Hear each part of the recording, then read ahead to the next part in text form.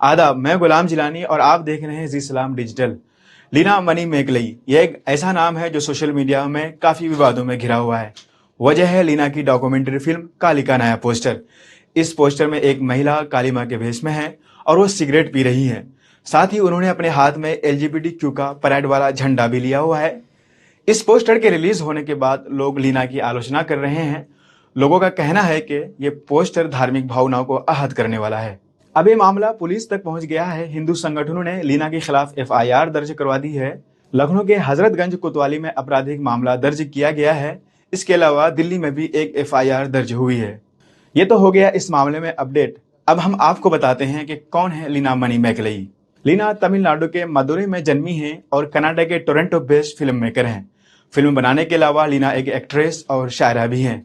लीना ने अपने करियर की शुरुआत असिस्टेंट डायरेक्टर के तौर पर की थी। उन्होंने कई मेन स्ट्रीम फिल्म मेकर्स को असिस्ट भी किया है। लीला ने साल 2002 में देवदासी प्रथा को लेकर मथम्मा नाम की एक फिल्म बनाई थी।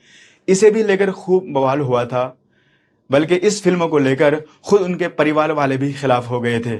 इसके बाद साल 2004 में लीला ने एक और फिल्म पराई बनाई जो दलित महिलाओं के खिलाफ होने वाली हिंसा पर थी। इस फिल्म पर भी खूब विवाद हुआ। फिर साल 2011 में लीला ने सोन गदल नाम की एक और फिल्म बनाई। ये फिल्म इंडिया और श्रीलंका के बीच फंसे मछुआरों की कहानी पर बनी थी। इस पर भी बवाल मचा।